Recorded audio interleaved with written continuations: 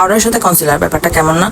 আমি অনেকবার পাউডারের সাথে ফাউন্ডেশন দিয়েছি, সেটা ভালোই কাজ করেছে। তো আমি প্রথমে একটু পাউডার নিয়ে নিচ্ছি, লুজ পাউডার নিয়েছি। এই আপুটা যেভাবে নিয়েছে সেভাবে ট্রাই করবো আমি আজকে। তো কনসিলারটা আন্ডার আইতেই দিতে হবে। কনসিলারটা কতটুকু কাজ করে সেটা আসলে দেওয়ার পরে বুঝবো।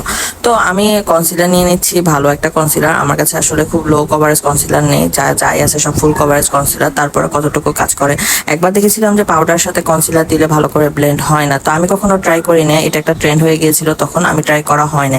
তো আমি ভালো করে পাউডার নিয়ে কনসিলার নিয়ে আমি নিচে ট্যাপ ট্যাপ করে দিচ্ছি। যাদের ফেস অনেক অয়েলি তারা এই ধরনের প্রসেস ট্রাই করতে পারে না, কারণ এই ধরনের প্রসেসে আপনার এটা খুব ইজিলি কাজ করবে, সাথে ফেসে ব্লেন্ড হইতে সাহায্য করবে। তো যাদের ফেস অনেক ড্রাই তারা ভুলেও ট্রাই করিয়েন না। আমার মনে হয় তখন আপনাদের ব্লেন্ড হতে অনেক বেশি প্রবলেম হবে।